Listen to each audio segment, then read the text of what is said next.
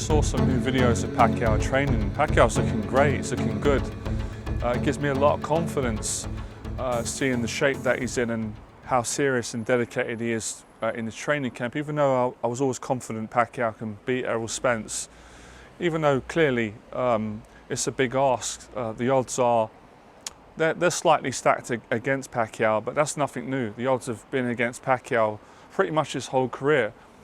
Most of his biggest wins, he's gone in, being the underdog, or with most people saying, it's like a broken record, or Pacquiao's too small, De La Hoya's too big for Pacquiao, Thurman's too big for Pacquiao, Ricky Hatton was too big for Pacquiao, Margarito was too big for Pacquiao, Joshua Clottey was too big for Pacquiao, Cotto was too big for Pacquiao, and he beat all these fighters. So I'm not going to read into that too much, but yeah, Errol Spence looking in fantastic shape as well. It's so exciting seeing this fight finalised. I just pray to God that nothing happens. There's no pullouts or injuries, but I'm going for Pacquiao. I'm sticking with what I've been saying throughout. And by the way, like I said, I've been really enjoying doing these videos. This is not officially a boxing channel, and I didn't have any plans to keep these videos running. I just did like one video on why my opinion is Pacquiao's the greatest fighter to ever live that I've ever seen, and based on his accomplishments and my personal opinion, a lot of people will disagree with me on that, and I don't really care about that. I respect people's opinion, that's fine. A lot of you will agree, but it's been fun, so I've continued doing these videos. Like I said, Manny's not going to be fighting forever.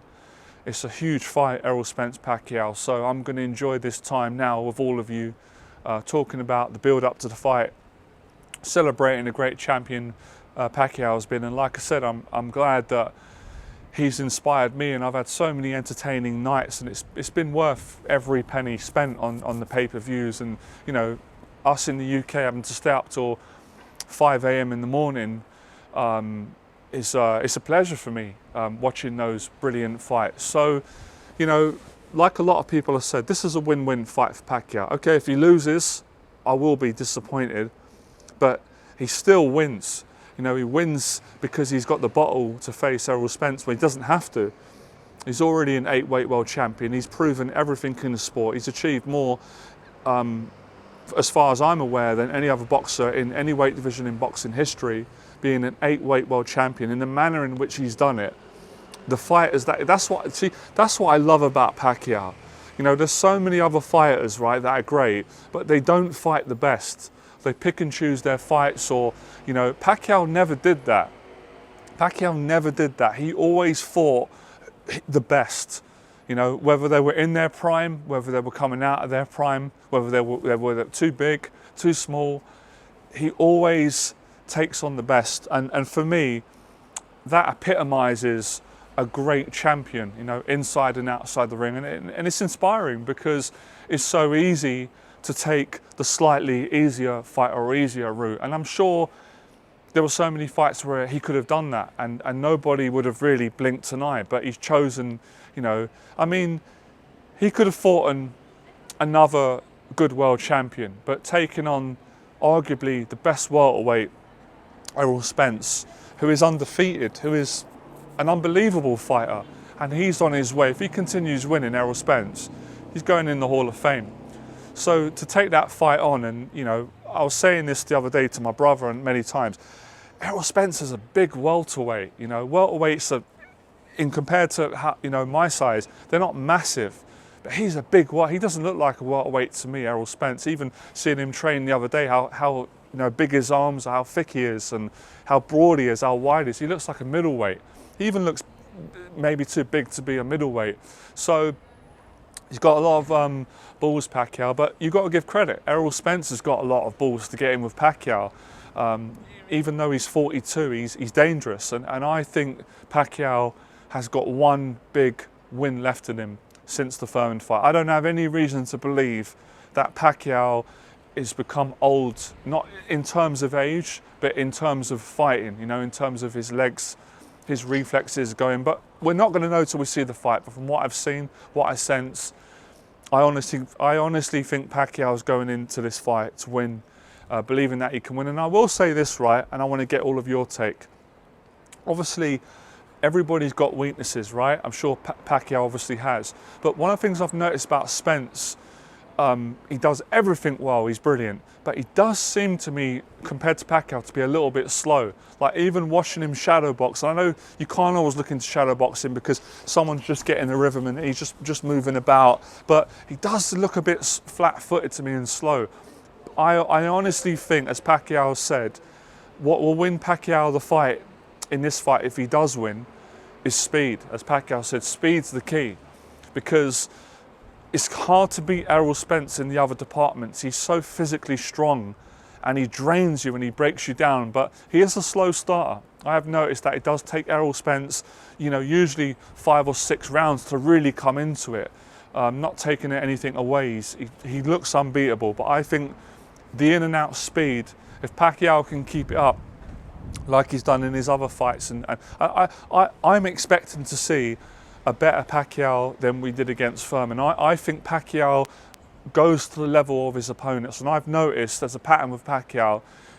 We always get the best Pacquiao when he fights the best, in most cases. That's been consistent in his track record, and I think Errol Spence is going to bring out the best Manny Pacquiao, and Manny Pacquiao is going to bring out the best Errol Spence. But what a victory. I mean, he's already got a moral victory for taking on the fight, and even if he loses, but if he does win it, which I think he's going to do it. I honestly do. I think Pacquiao, and if he doesn't do it, then there's no excuses from me, providing there's no, I just hope there's no bad decisions. If Pacquiao does win it on a decision, I hope that they don't, I hope they don't rob him like they done, you know, in the first Bradley fight. And the Jeff Horn fight. I'd hate to anyone. I wouldn't want to see that happen to Errol. I want the best man to win fair and square. So hopefully we get a fair shake. But I don't see any reason why we won't. But I can't wait for this fight. You know, seeing him train, and you can see the respect Spence has got for Pacquiao, and you can also see the respect that Pacquiao has got for Spence. But yeah, that's what, you know. I already decided, in my opinion, he's the greatest to ever do it. And like I said in the last video, losing 7 fights doesn't determine you not being the greatest. Your achievements decide on you being the greatest. And, you know, again, it's not just how many fights you had, it's who you fought and who you beat. And Pacquiao beat the best of the best. And when he has lost, and as some of you said, it wouldn't really be 7 losses if it was fair. If you take away the 2 robberies, it would be 5 losses. But what can you do? Those decisions have been made. But it just, in my opinion, just makes him a better fighter. And most of the greats had losses. All of the greatest fighters, right? There's too many names to mention. But Sugar Ray Leonard had losses. Hearns, Duran, Julio Cesar Chavez Sr. losses. Most people did. You know, there's only a few that didn't. Mayweather, Kawasaki, Joe Kawasaki, Rocky Marciano, and maybe there's a few other undefeated fighters. I can't think off the top of my head, right? So losing doesn't, you know, make you not the greatest. It's how you come back. Mike Tyson had losses. You know, Muhammad Ali had losses. They all did. Frazier, George Foreman, but they came back. And Pacquiao has always come back. And he's coming off a great win. And, you know, and when he lost to Jeff Horn, when he was robbed really at that. No, let's give Horn credit. You know, maybe that weren't Pacquiao's best performance, but Pacquiao won that fight, right? Everyone knows that. He come back. And if I remember, he knocked out Lucas Matisse, who was a dangerous fighter. Then he beat Adrian Broner, right? And then from Broner, which is a great win, Broner's going down history 4-weight world champion. Then he beat your man, one-time Keith Thurman. So he beats great fighters, man. Pacquiao consistently beats great fighters. He beats legends. You know, it's a legend beating other legends. So that's why, for me, he's the greatest. And he started off at a minimum weight, you know, to the point where he had to put rocks in his shorts to make the weight because he was so light when he was 16 or a young kid. And he's moved up the weights. He's carried the power and the speed from minimum weight, flyweight, you know, bantamweight, featherweight, lightweight, super lightweight, junior, welterweight, and he's even fought like a catchweight, I think up at light middle when he fought Margarito. But he very rarely even makes the weight. I don't even think he walks around. So he's not even a natural welterweight, really. Officially, he's not a welterweight.